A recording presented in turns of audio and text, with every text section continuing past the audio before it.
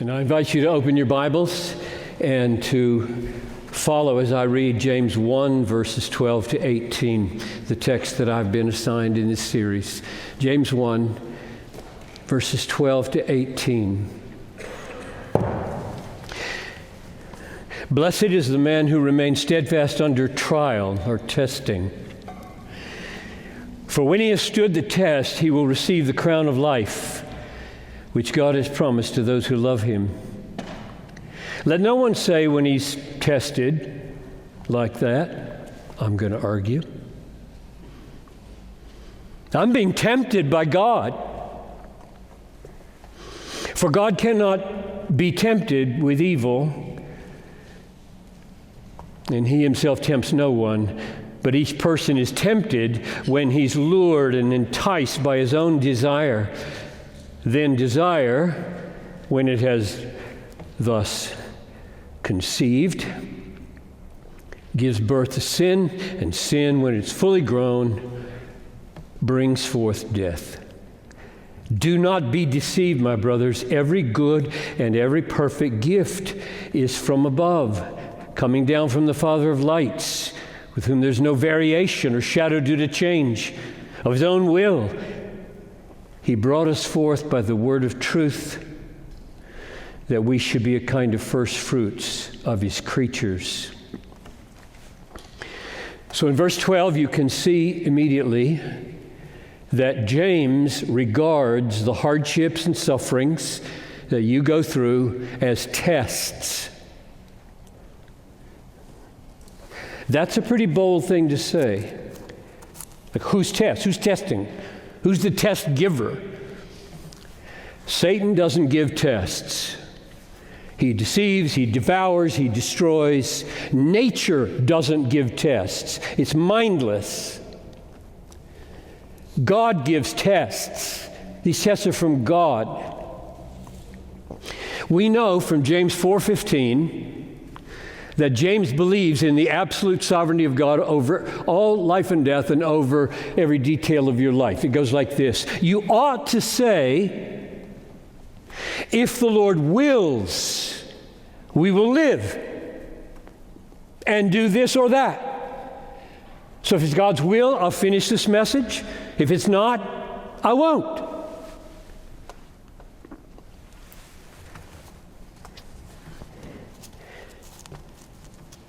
So the sufferings of verse 2, which we've seen earlier in the series, and verse 12 are called tests. You need to endure them. They're tests. So here's what I hear James saying as he begins this letter. I'm about to exhort you with about 6 things to do.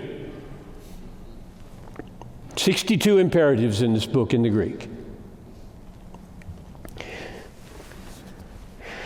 That lifestyle, that unselfish, other-oriented, love your neighbor as yourself, sacrificial way of life, I'm telling you, is going to be required of you in the midst of lifelong miseries, which are God's tests.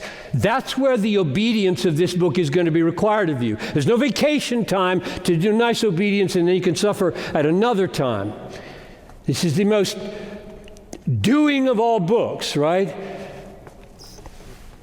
And all that doing is be done under the cloud of suffering. And my argument is going to be that verse 12,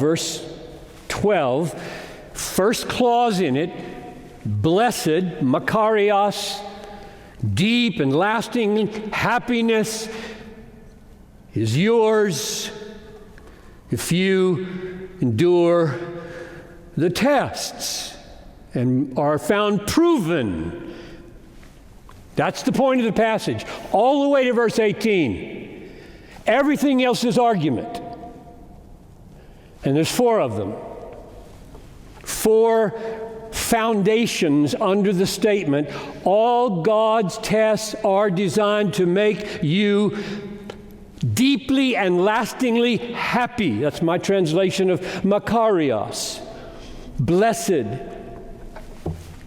Everything else in the text is to help you believe that. Live that, because life is going to be hard. Joy is going to be serious. Argument number one. So let's take them one at a time. Argument number one is the rest of verse 12. Blessed, that is deeply and lastingly happy, is the man who remains steadfast under trial or testing. Why? Because when he has stood the test, when he's been proven like gold through fire, he will receive a crown of life. That's why, which God has promised to those who love him. So reason number one, argument number one for why it is a blessed thing to walk through God's tests is that his design in those tests is your deep and lasting happiness, and these tests provide circumstances through which you are found proven and fit for the crown of life. Now, the key question is, what's being tested? I know you are being tested, but what in you is being tested? What's supposed to come out like gold? What's passing through the fire here? He does not mention faith. He does not mention hope. He mentions one thing: love for God. Blessed is the man who remains steadfast under trial, for when he has stood the test, he will receive the crown of life which God has promised to those who love him. So who gets the crown of life? Answer number one: those who are tested, come through the test, are found to be proven, they get the crown of life. Answer number two: those who love God. So the challenge for us is to ask, are those alternatives? Like, there are two ways to get the crown. Be tested, love God. And my answer is no, they're not alternatives. What's being tested is my love for God. If my wife dies, did I love her more? I love God more. That's what's being tested. If my health is taken away, that's what's being tested. Do I love God more or health more? If the doctor says to me, you got 6 months and you lose this life, do I love God more or this life more? That's the test.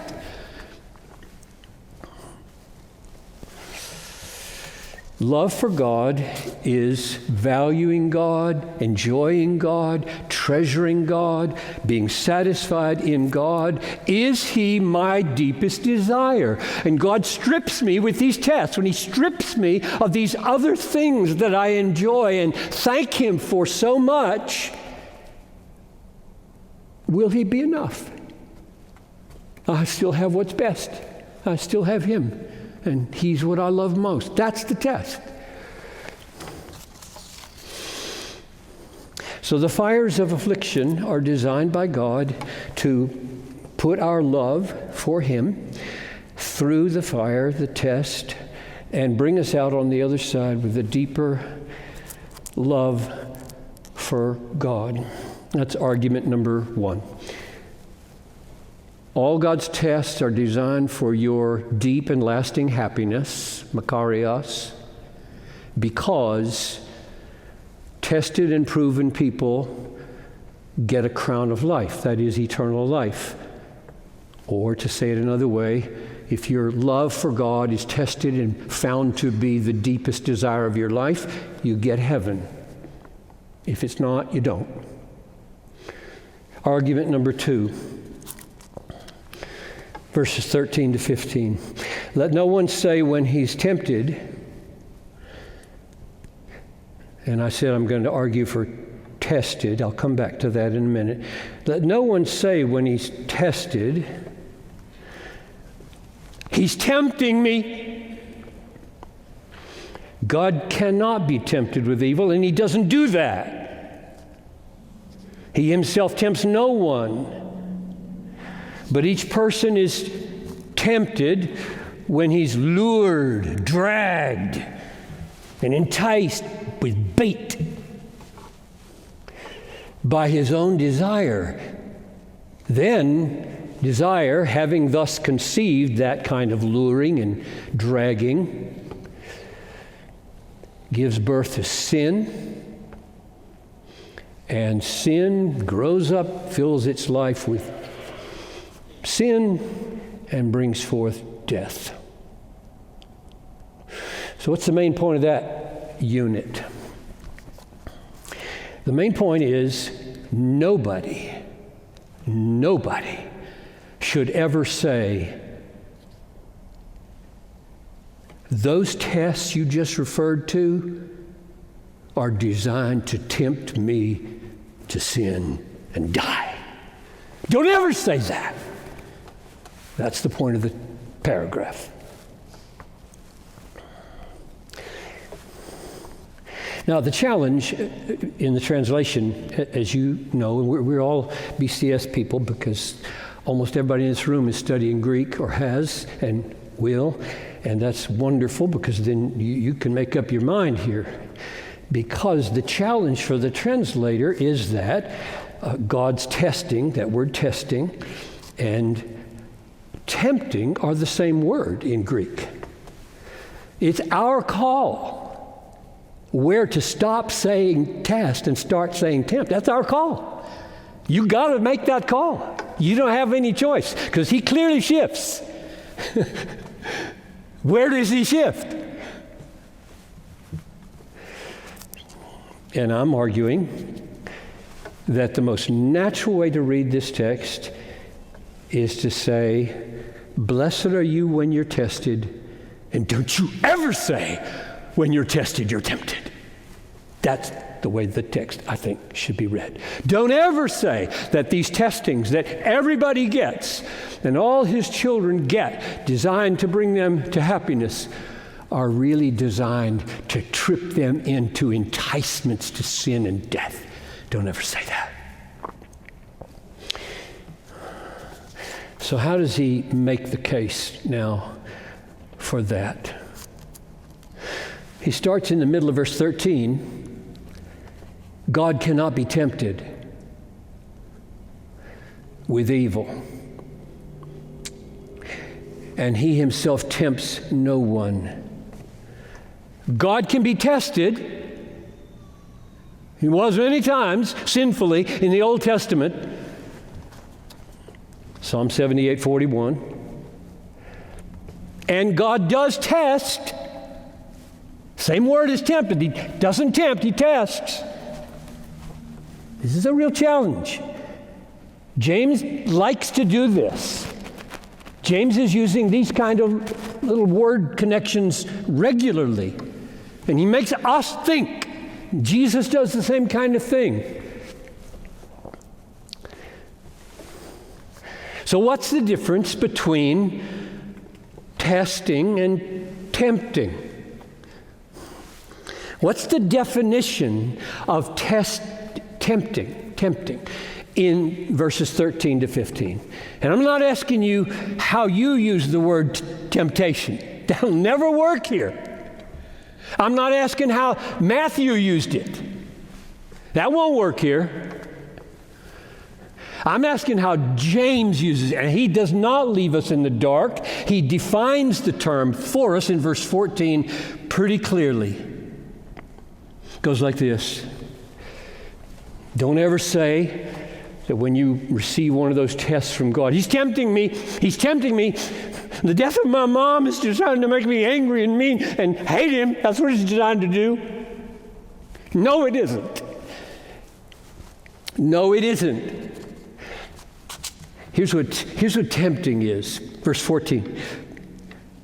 Each person is tempted when he's lured, literally dragged, and enticed like bait on a hook by his own desire. His own desire. Here's what I think he's doing. James is drawing a line right through the progress of desire in your life, in Jesus' life. He's drawing a line between two kinds of desire. When Jesus was tempted, using Matthew's and Luke's definition, when he was confronted with the objective desire for bread, he was moving with desire. He had fasted 40 days. Matthew 4, verse 2 says he was hungry. Hunger is a desire. And after 40 days, it's a strong desire. Over there's food, over here's my hunger. And he's moving. And here's a line. And this line says, on this side, Jesus' side is holy, good, right. It's not a sin to be hungry. Not a sin to want to eat this afternoon. And he's moving. And right here, a line exists where if you cross it, those desires become enticements and draggings and sinful allurements for what you ought not to have. That's the line. And Jesus never crossed it. He never crossed it in Gethsemane. I don't want to die. If he saw an attractive woman, he never crossed it into sinful lust.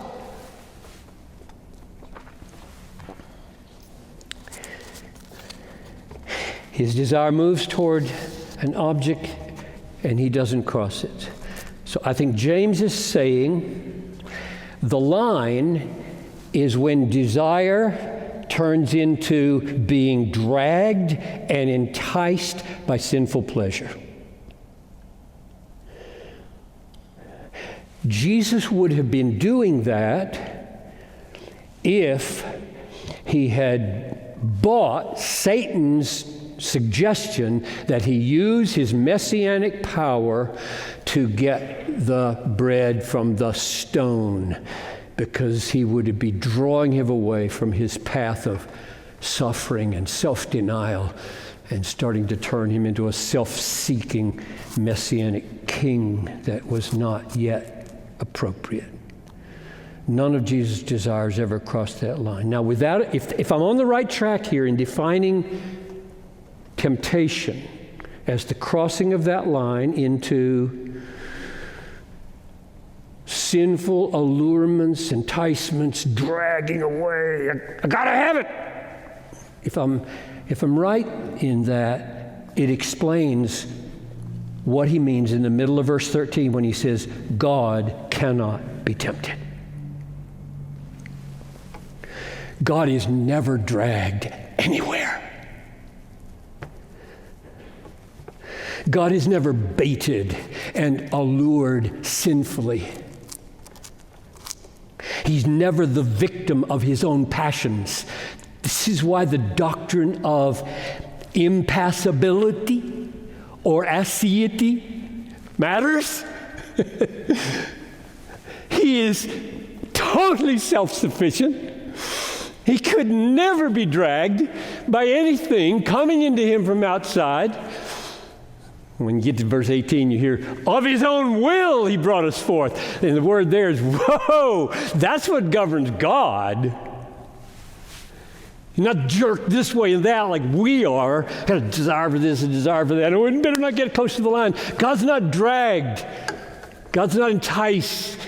He's not looking at a bait on a hook and thinking, no, I sure want to have that. This is not the kind of God he is. I think James is really high here. He's reaching up pretty weighty matters here to talk about why God cannot be tempted. So James infers, it seems, little parenthesis here, he infers that God can't tempt anyone, doesn't tempt anyone from that. I'm saying I don't understand this yet.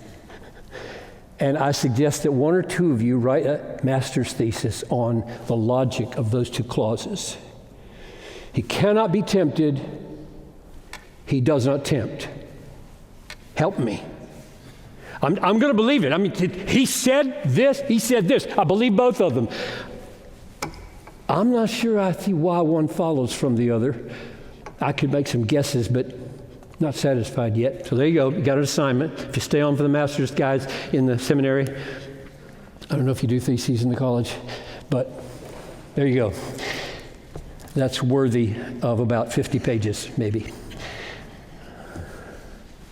So, he doesn't tempt anybody. He is saying, when anyone's desires cross this line, it does not require God to intrude himself on that. It is perfectly sufficient to explain that cross over in terms of my own desires.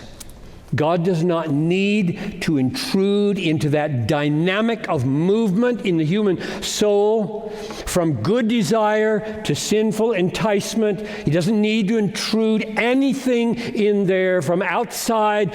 What's going on in your soul is perfectly sufficient to explain that crossover. And you are therefore totally responsible for those sinful desires. And then the acted out sins and the death that follows. You're responsible. Now, if we put that effort at an explanation for what tempting is that God cannot experience and does not do, if we put that together with James 4:15, rather, you should say, if God wills, we will live or die. And if God wills, we will do this or that. That absolute sovereignty over this situation, I think, means something like this. God governs all things in such a way that he does not need to reach in and drag us across the line from holy to unholy desires. Our desires in our fallen state are perfectly sufficient to bring about our entanglements with temptation. That's worth another dissertation. And he completes the argument in verse 15 by saying, then desire, when it has conceived, gives birth to sin, and sin, when it is fully grown, brings forth death. So here's the picture as I'm standing back and saying, okay, you got a picture in your mind, James. I think it goes like this. There's a conception in the womb. You know, this is 2,000 years old. They knew that happened, right? They knew this. You don't need a degree in modern science to know that when two people, a man and a woman, have sex, something happens and there's something in there. And in this picture, what's in there is sinful enticement. Desire. Now, this is an aorist participle. Sorry, I wouldn't talk like this on Sunday morning. This is Bethlehem, all right? This is an aorist participle. Having conceived, which I think refers to verse 14, namely, the desiring, the enticements, the dragging. Having thus conceived, so that this embryo is sinful dragging and sinful enticement, having accomplished that conception, now there's a birth. What's the birth? Sin. Well, wait a minute. Were those enticements and dragging sins? They were indeed. The baby that's born here is the acting. Hello, I'm here. I'm going to do my sin. I don't think there's any effort on James' part to say what just got conceived in the womb is not sinful.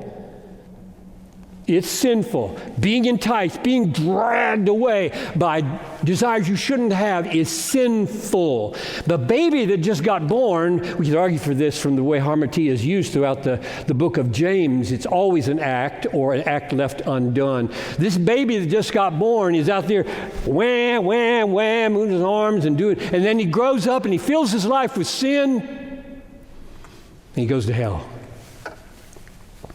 He perishes. That's the picture of the stages. So James' point in verses 13 to 15 is, when God tests you, which he will this afternoon, when God tests you with suffering or hardship of some kind, small, big, he's not tempting you. That's the point of verses 13 to 15. He's not tempting you. He's not intruding himself into the process of your desires, designing to bring out some sin and death. So, what is he doing? He's aiming to deepen and refine your love for him and to bring you to the crown of life, to make you deeply and lastingly happy. That's what he's doing. Argument number 3. Verses 16 and 17. Don't be deceived. We've got to ask, where'd that come from? My beloved brothers, every good gift, every perfect gift is from above, coming down from the Father of lights, with whom there's no variation or shadow due to change. So, do not be deceived about what? So many people read James as if it were merely like the book of Proverbs, New Testament wisdom literature, and just kind of pull out, there, verse 18, let's just pull that right out. Verse 17 and 16, pull it right out. And we'll talk about that, we'll preach about that. And I'm trying to do the opposite, namely, I want to know why verse 16 and 17 follow verse 13 to 15, and why it follows verse 12. I want to know how his thought is working here as he puts more things on the page. So I'm not going to just leap into the wild and make up how he's conceiving of deception. When he says, don't be deceived, I'm going to say, he's already told us what the deception is in verse 13. Right? Don't you ever fall for the deception that when you are tested, you are tempted. That's the deception. My tests are God's temptations, and he's not good. He's not good. That's the deception. That's not true.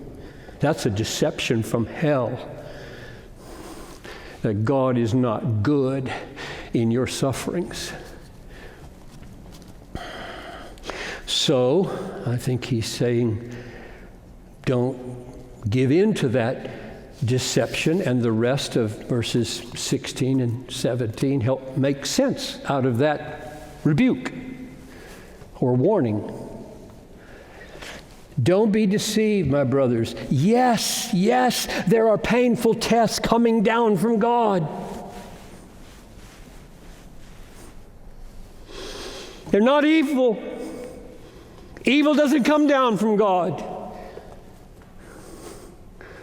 Good things come down from God.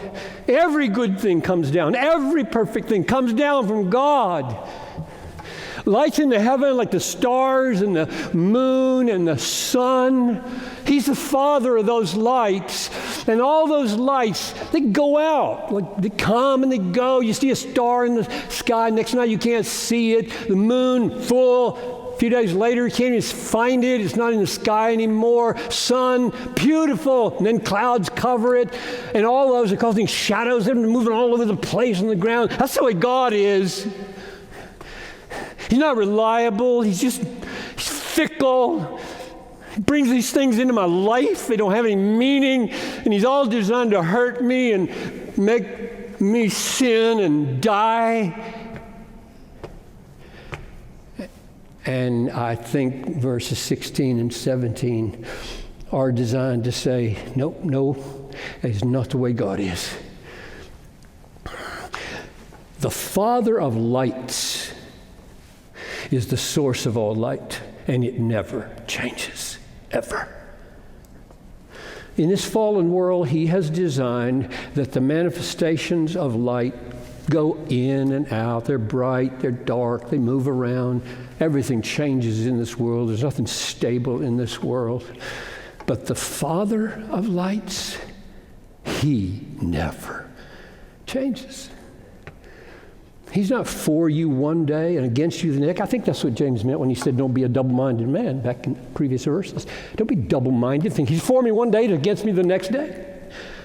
Double-minded people don't get anything from God. Don't be like that. Don't fall for that deception.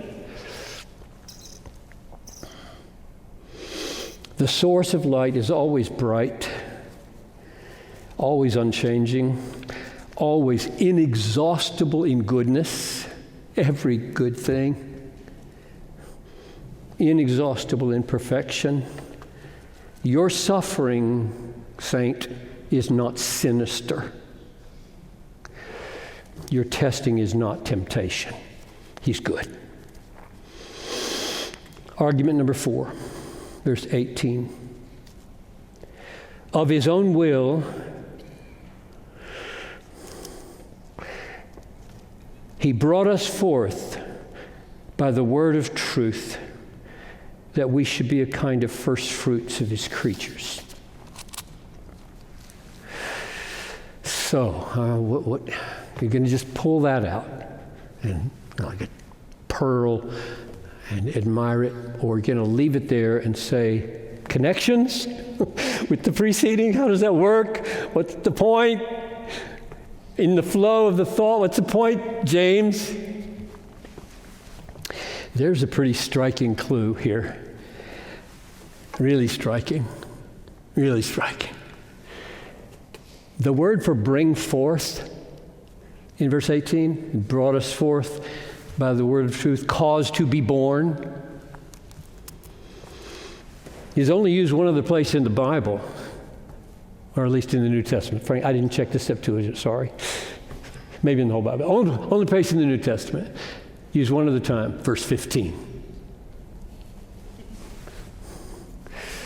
Apakueo, for all you Bethlehem lovers of Greek. Which says, sin, we're in verse 15, sin, when it is fully grown, brings forth death. That's really strange talk. You don't give birth to death. You give birth to life. Unless, as maybe some of you have experienced the horrors of stillbirth, right?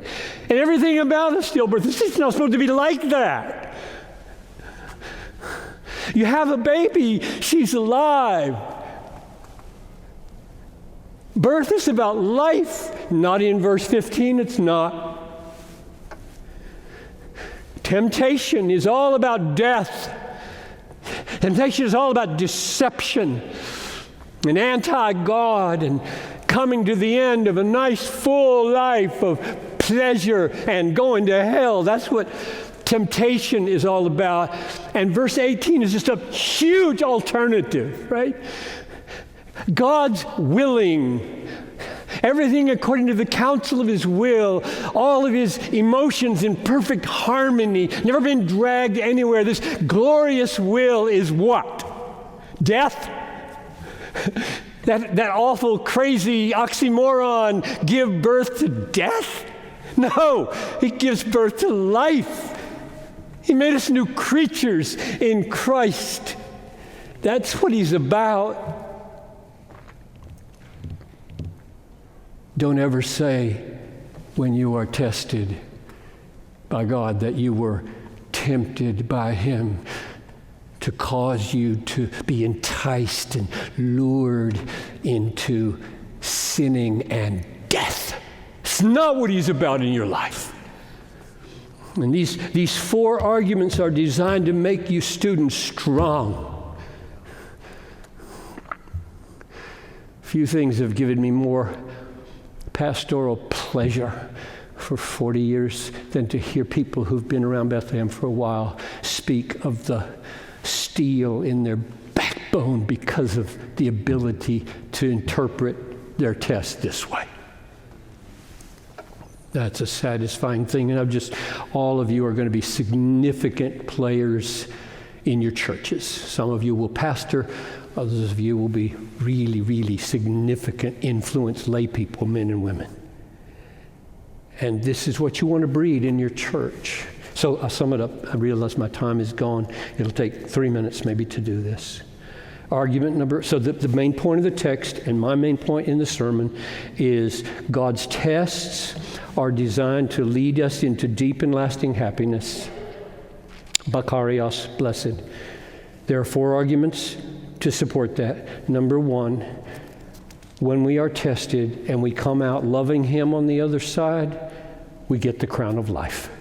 Number 2, it's totally wrong to say when he tests, he's tempting. Don't ever say that because it's just not true. He does not try to drag you into death-dealing sin. Number 3, to think otherwise is deception. Verse 16 and 17. Because God is the source of all good, the source of all light. He is not the source of sinful enticement that lead to death. And argument number 4, yes, God causes birth, but not like verse 15.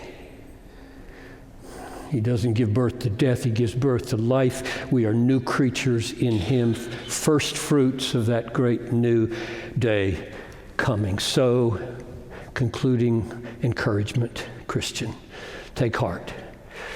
All your hardships are God's tests.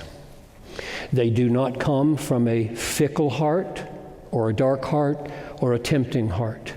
They come from the Father of lights. They come from the life giver. They come from an all-sufficient, untemptable one whose whole design for you is that you have unshakable, deep love for him, and he crowns you thus with life, that is, with blessedness, that is, with deep and lasting happiness forever. Father, I pray that those who hear this word from James would be very, very strong to endure the testing that you appoint for them. Some it will be light, for some it will be excruciating.